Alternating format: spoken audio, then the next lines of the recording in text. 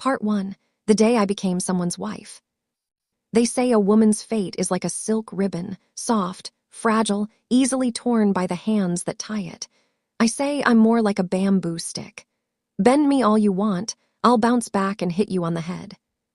But of course, no one asked me when they decided my marriage. My name is May Lion, daughter of a small noodle seller from the eastern countryside of Yan province. My mother says I was born loud enough to scare the chickens and bold enough to chase them. I grew up fighting with boys, laughing too loudly, and refusing to embroider even if someone bribed me with sweet buns. So naturally, the entire village considered me a handful. When I turned 19, my parents did what all parents in ancient China eventually do. They panicked. "Yo, who will marry such a loud girl?" my mother cried. "Her voice alone will scare her in-laws to death," my father added. And just like that, they found me a groom. But not just any groom. A man from King Valley, a place rumored to be harsh, isolated, and ruled by an unforgiving old landlord. Women there worked all day, men rarely smiled, and even chickens were said to be disciplined. I imagined myself living among stone-faced people, and one lonely, serious husband who probably thought laughter was a crime. When I protested, my mother said, "Be grateful, your husband is known to be kind." Kindness in King Valley, that sounded like snow in the desert. But fate has its own humor. On the wedding day, when I finally saw my groom, Li Wei, I froze. Not because he was handsome, he was, or because he looked calm, he did, but because he looked at me as if he saw straight through my noisy soul and didn't disapprove. His eyes were gentle, steady, and warm, the kind of warmth that doesn't shout, it stays, silently. I tried to break the awkwardness with a joke. "So, I hope you don't mind loud wives." He blinked, then to my shock, actually smiled. "Only if you don't mind quiet husbands." Quiet he was, but behind that quiet was something else, something unshakable. I didn't know then, but that day the fragile silk ribbon fate my mother talked about tied itself to something stronger than destiny. A man who would become my shield, my home, and sometimes my accomplice. But first, I had to reach King Valley. Part 2, the valley that tested me. I had imagined my married life many ways. None involved villagers surrounding me like I was a suspicious vegetable at the market. The moment I stepped into King Valley, every pair of eyes turned to me. Women whispered, "She's too bold. She smiles too much. She talks too openly." Men whispered, "She's too pretty. She looks trouble. Her husband better watch her."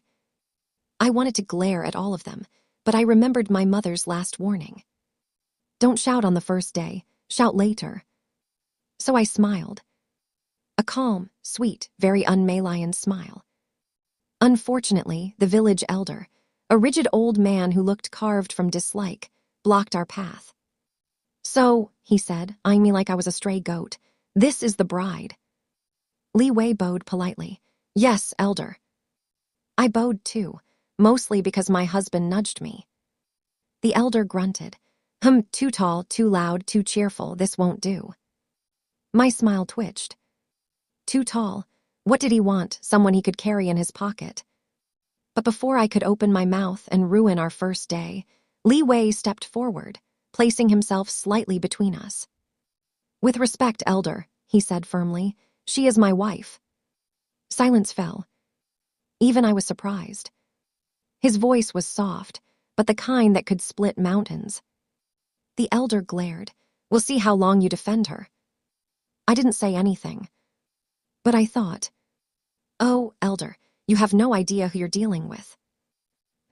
Our house was modest but cozy, surrounded by bamboo and overlooking the valley fields. Inside, everything was neat, simple, and smelled like sandalwood, just like Li Wei. When he showed me the kitchen, I whispered, "So this is where I shall burn rice." He blinked. "Burn." "Just wait," I said proudly. But he only smiled and shook his head gently, as if saying, "Whatever you burn, I'll still eat it." I had known this man for less than a day, yet I felt strangely safe. But safety doesn't last long, not in King Valley. The trouble begins. On the third day, when I went to fetch water, 3 village women blocked the path. One asked, "So you're the new wife?" "Yes," I said cheerfully. Another sneered, "You speak too confidently for someone new." "Oh," I said, smiling, "this is me being polite." They blinked, confused. The third whispered loudly, "Her husband is too good for her." I replied sweetly, "I agree, I'm grateful every day." Their expressions soured. No one expects a bold woman to be humble. It's their weakness. But I wasn't done. When they tried to push past me, I didn't move. One stumbled. Another dropped her basket. I bowed politely. "Oh dear, forgive me. I'm new here. I didn't know shoulders could trip people." That was the first day rumors spread. The valley whispered, "She isn't afraid. She talks back. She's dangerous." And yet, every evening, when I returned home, Li Wei was waiting with warm tea and a calm gaze that made all the harshness of the day melt. One evening, he finally asked, "Are you unhappy here?" I stared at him, then laughed. "Unhappy? I'm alive, loud, and no one has thrown a stone at me yet. That's success." He sighed, soft, amused, affectionate. "You're too brave," he murmured. I tilted my head. "And you're too patient." We smiled. That was the first time I realized something. This quiet man was becoming my peace. But the valley was preparing to test me in ways I never imagined. Because cruelty was watching from a bigger house, the landlord's house. And soon it would come for me. Part 3, when the valley turned against me. If King's Valley had a heart, it beat inside the landlord's manor, cold, calculating, always watching. His name was Lord Han, an aging man with white eyebrows that slanted like blades. People said he was fair. People lied. My first meeting with him happened when I accidentally, okay, maybe not accidentally, spoke too loudly near his courtyard. I was telling a little girl not to let anyone bully her for being poor. He stepped out. "What is this noise?" His voice scraped like he hadn't used it to say anything kind in decades. The little girl trembled. I didn't. I bowed respectfully. "Apologies, Lord Han. I was only encouraging the child." He inspected me top to bottom, like evaluating a horse for sale. "New wife of Li Wei?" "Yes." "Too bold," he muttered. "Thank you," I replied. His jaw tightened. That wasn't a compliment. "Oh," I said with concern. "Then you should practice giving compliments. You sounded close." A gasp echoed. The little girl nearly swallowed her own tongue. Lord Han's lips thinned. "You do not understand the rules of this valley." "Then perhaps the rules should be explained more clearly," I said. Behind me, the villagers whispered, "She's gone mad. She will bring trouble. She should have stayed quiet." But I had already lived a life bending to people's moods. I didn't leave my family to become a shadow here. Lord Han pointed his cane at me. "You will learn." I bowed again. "And you will teach with clarity, I hope." He walked away with his soldiers glaring at me. I waved at them. They didn't wave back. That evening, Li Wei looked unusually tense. "You spoke to Lord Han?" he asked gently. I wouldn't call it speaking, more like exchanging weapons using words. He closed his eyes and sighed. "You must be careful. He is powerful and dangerous." I leaned on the table. "And you're not scared of him?" Li Wei hesitated. "No, but I'm scared for you." Words like that, quiet, unembellished, sincere, settle into the heart like warm tea on a winter night. I touched his hand lightly. "I'm not trying to cause trouble." He smiled sadly. "Trouble sees you from afar and walks toward you on its own." He wasn't wrong. The first punishment. It happened 2 weeks later.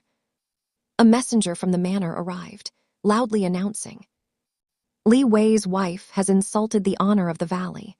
As punishment, she will carry water for the fields for 7 days. People gathered like it was a festival. I walked forward calmly. May I know which honor I insulted? There are many. I need to be accurate. The villagers gasped again. Their lungs must be very strong with all this gasping they do. The messenger looked irritated. Do not ask questions. Accept your punishment. Li Wei stepped forward. She did nothing wrong. I will not let her be humiliated. But I touched his arm softly. It's fine. No, it isn't, he whispered fiercely. His quietness was gone, replaced by a fire I hadn't seen before. But I shook my head. I'll go. I wasn't surrendering. I was planning. The field of whispers. Carrying water wasn't the problem. Endurance was something I had. Pride too.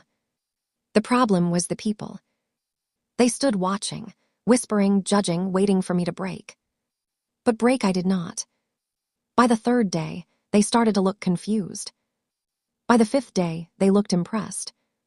By the 7th, they stopped mocking and simply stared. Some even offered to help. I refused politely. If I couldn't change their hearts, I could at least change their expectations.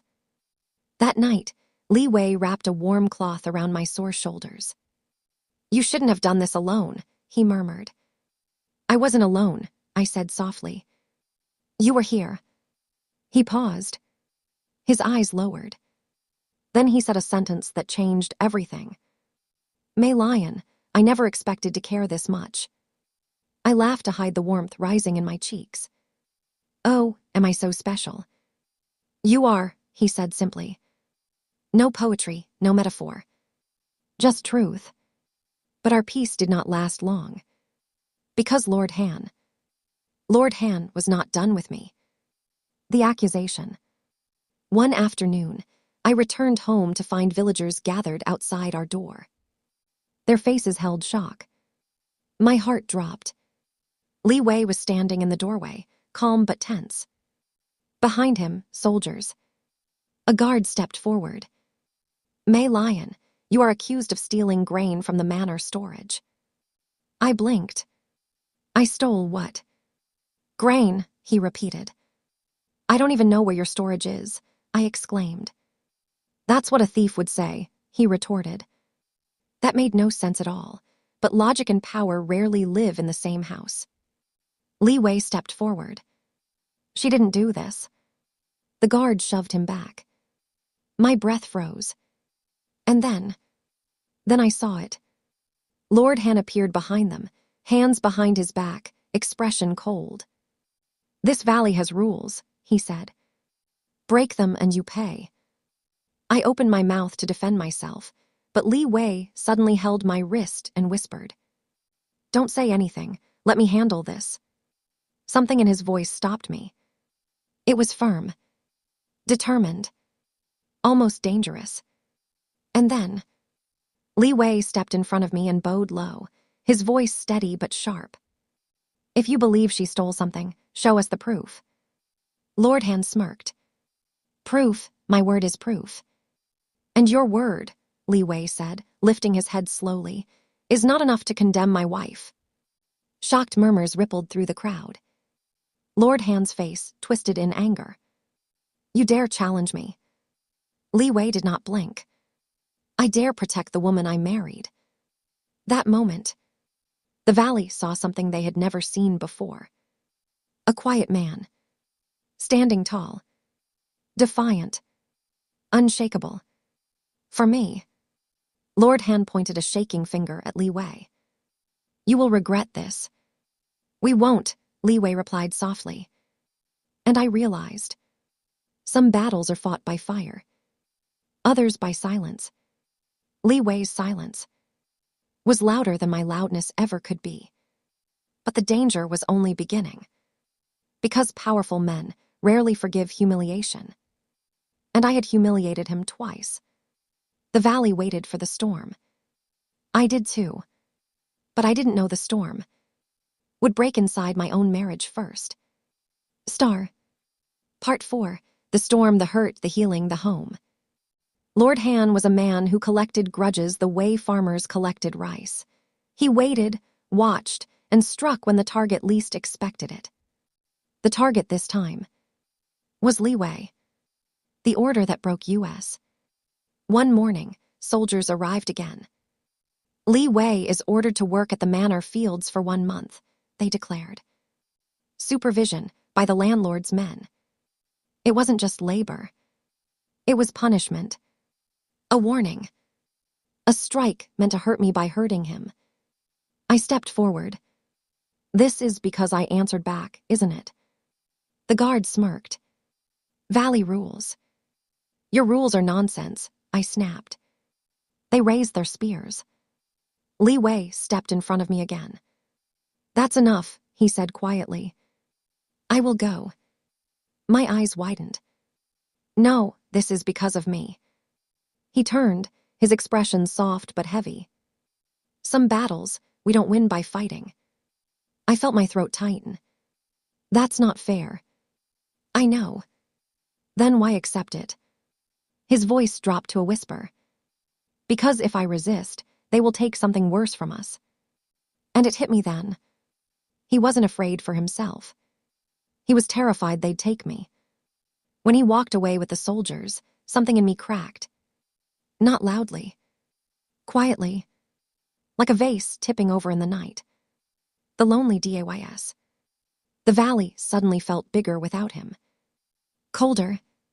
Too quiet. I didn't realize how much space he filled until he wasn't there to fill it. I cooked meals he wasn't there to eat. I talked to a house that didn't answer.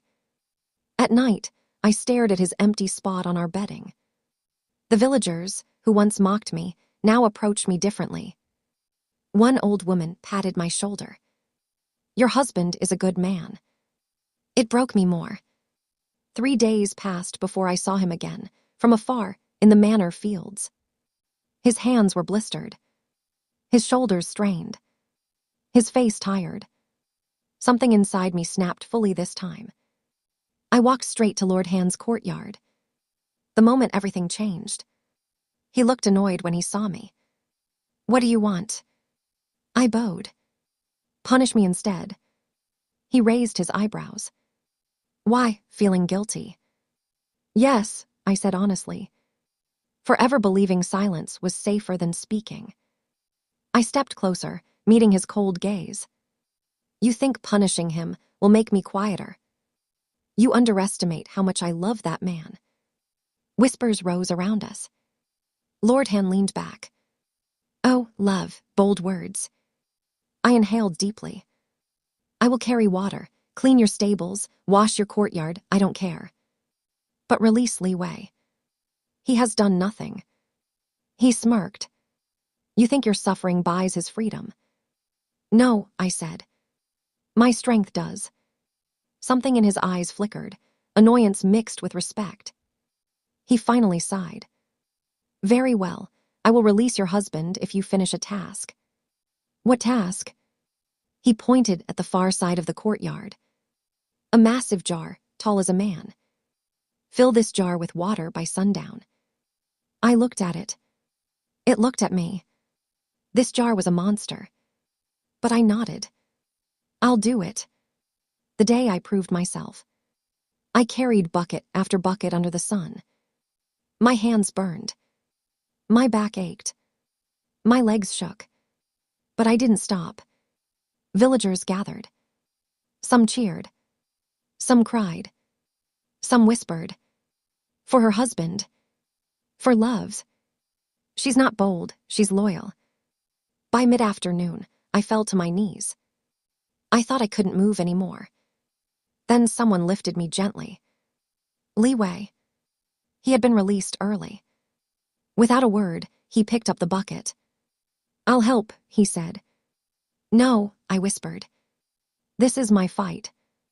He looked at me with pained eyes. My suffering means nothing, but seeing you suffer, I cannot bear it. Then he knelt beside me, forehead touching mine. May Lion, don't hurt yourself for me. His voice trembled. He never trembled. I cupped his cheek. And don't sacrifice yourself for me. He closed his eyes, hurt, love, fear all in them. When we finished the jar together, hand in hand, the villagers erupted into applause. Even Lord Han stared, stunned. You too, he muttered, are troublesome. Thank you, I said proudly. He rolled his eyes. Very well, no more punishments. Consider this matter closed.